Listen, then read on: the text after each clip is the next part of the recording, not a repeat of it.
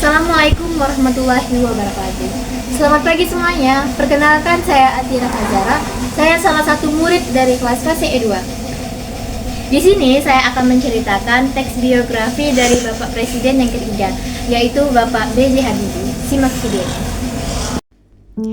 Bernama lengkap Bacharuddin Jusuf Habibie. Ini lahir di kota Parepare, Sulawesi Selatan pada tanggal 25 Juni 1936. Sebelum menjadi orang yang berpengaruh bagi bangsa Indonesia, B.J. Habibie pernah mengenyam pendidikan di SMA AK Dago, Bandung tahun 1954 dan melanjutkan ke perguruan tinggi di Institut Teknologi Bandung. Masa kecil B.J. Habibie berada di Parepare, Sulawesi Selatan bersama ayah, ibu, dan 7 saudaranya. Alwi Abdul Jalil Habibie adalah ayah B.J. Habibie yang merupakan seorang ahli pertanian asal Gorontalo dan sang ibu bernama R.A. Tuti Marini Puspowardojo yang merupakan spesialis mata asal Yogyakarta. Dari 8 bersaudara, B.J. Habibie adalah anak keempat yang tumbuh dalam keluarga religius. Masa kecil B.J. Habibie sangat akrab dengan bacaan Al-Quran, sang ayah yang membuatnya tenang. Itulah sebabnya di umurnya masih 30 tahun, B.J. Habibie sudah lancar membaca Al-Quran. B.J. Habibie sudah dikenal sebagai anak yang cerdas dari masa kecilnya. B.J. Habibie ditinggalkan sang ayah meninggal dunia saat usianya masih sangat muda, yakni 14 tahun. Dari situlah sang ibu harus berjuang sendiri untuk melanjutkan hidup bersama-sama dengan ke-8 anaknya. Sejak kepergian sang ayah, akhirnya keluarga B.J. Habibie pindah ke Bandung. Karena terkenal sebagai seorang intelektual, maka kurang lengkap jika tidak mengetahui latar belakang pendidikan B.J. Habibie. Karena B.J. Habibie sudah tumbuh menjadi anak yang cerdas sejak kecil, maka di sekolah pun ia adalah murid yang cerdas. SMA AK Dago, Bandung adalah sekolah tempat B.J. Habibie mengenyam pendidikan sampai kemudian melanjutkan ke perguruan tinggi di ITB, yang saat itu masih bernama Universitas Indonesia Bandung. B.J. Habibie hanya kuliah selama setahun di ITB, kemudian melanjutkan studinya di Jerman selama 10 tahun. Ibunya lah yang membiayai B.J. Habibie kuliah di jurusan teknik penerbangan spesialis konstruksi pesawat terbang di Rhein-Westphalen Technische Hochschule Jerman. Menimba ilmu yang ia tempuh di luar negeri itu tidak berlangsung singkat dan mudah. Selama bertahun-tahun, B.J. Habibie belajar di RWTH Aachen sambil bekerja secara praktik. Motivasi yang ia bawa belajar di Jerman awalnya adalah B.J. Habibie tertarik membangun pesawat komersial sesuai ide Soekarno. Akhirnya muncullah perusahaan PT PAL, yakni IPTN pada saat itu.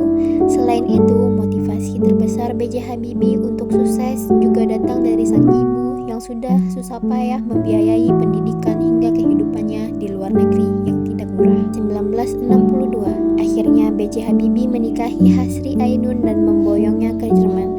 Kehidupannya dibilang sangat sederhana dan sulit karena ia harus menghemat keuangan dan bekerja hingga larut malam. Padahal B.J. Habibie juga harus tetap belajar dan menyelesaikan tugas kuliahnya. Ainun sang istri pun turut hidup sederhana agar menghemat pengeluaran dengan antri mencuci baju di tempat umum.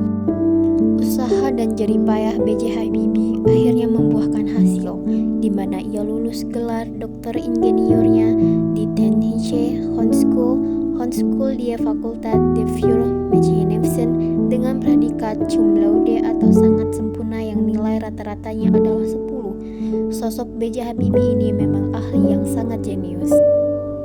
B.J. Habibie pernah mendapat penghargaan bergengsi yang hampir setara dengan penghargaan hadiah Nobel, yakni Edward Warner Award dan Award von Karman. Sosok revolusioner ini banyak dikagumi orang.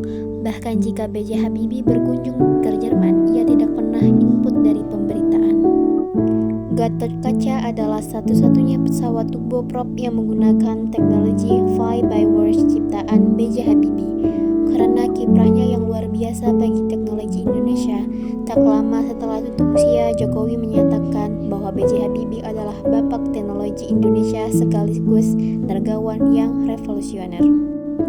Mulai tahun 1998, tepatnya tanggal 14 Maret, B.J. Habibie diangkat menjadi Wakil Presiden ke-7, mendampingi Soeharto dalam Kabinet Pembangunan 7-21 Mei 1998, saat Soeharto lengser dari jabatan presidennya. B.J. Habibie juga berhasil menaikkan kurs dolar ke rupiah Indonesia dari Rp10.000 menjadi Rp15.000 saat krisis ekonomi sebelum 1998. Selain itu, ia juga berhasil menyelesaikan likuidasi bank-bank yang bermasalah saat itu karena kondisi ekonomi Indonesia yang kacau.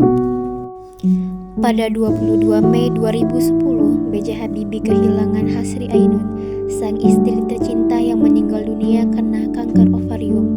B.J. Habibie sebelumnya tidak pernah tahu bahwa sang istri menderita kanker ovarium karena Ibu Ainun tidak pernah mengeluh sekalipun padanya.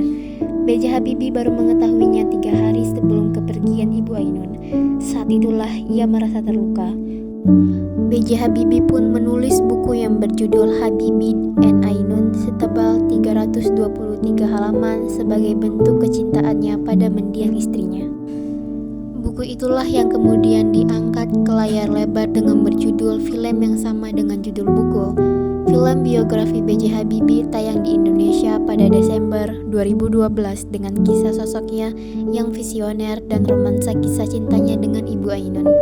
Film tersebut disutradai oleh Hanung Bramantyo dan Fauzan Rizal yang diperankan oleh Reza Rahadian dan Bunga Cinta Lestari, yang sukses menarik keperhatian masyarakat Indonesia sebanyak 4,5 juta penonton.